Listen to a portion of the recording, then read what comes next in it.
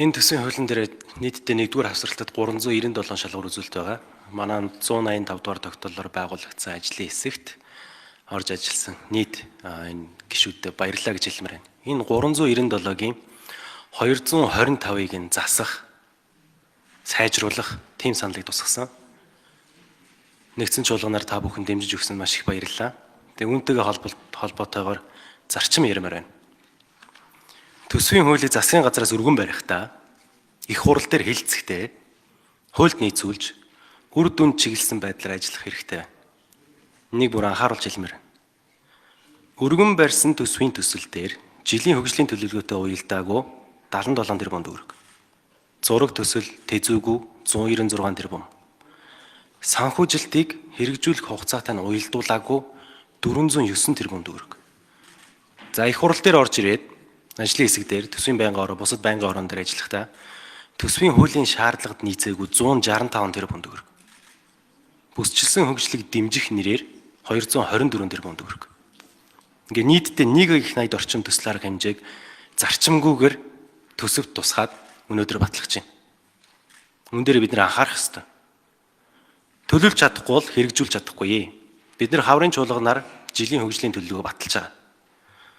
Дөрвөн зарчмыг баримталмаар байна. Нэгдүгээрт жилийн хөгжлийн төлөвлөгөөнд тусаагүй төсөл арга хэмжээг төсөвт битгий суулгаа.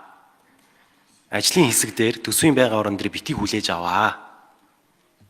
Хоёрдугаарт хөгжлийн төлөвлөгөөнд туссан бол тэдгээрийн ач холбогдол ирэмбийг гаргах ёстой. Гуравдугаарт үүн дээрээ үндэслээд сангийн яам төсөө боловсруулахдаа энэ ирэмбийг бас хамтд нь оруулж ирээд хасч болох төсөл юм уу?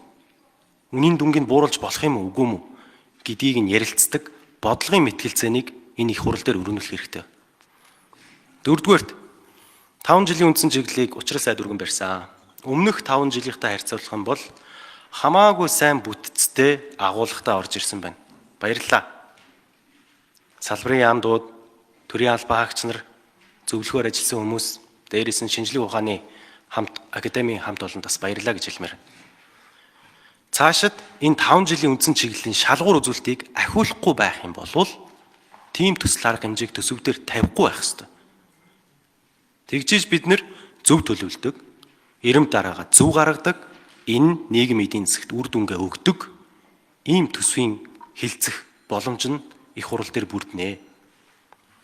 Бид ийм үр дүнд суурилсан зарчмыг баримтлаад ажил хэрэгчээр бодлогын мэтгэлцээ өрнүүлж ийж иргэдийн аж ахуй нэгжийн төлж байгаа татварыг үр дүнтэй зарцуулах боломж нь бүрдэнэ, салбарын асуудлууд шийдэгдэнэ, нийгэм эдийн засгийн нөхцөл байдал сайжирнаа. Тэгэхээр цаашдаа бүгдээрээ энэ дээр анхаарч явмаар гэсэн уриалгыг хэлье. Баярлалаа.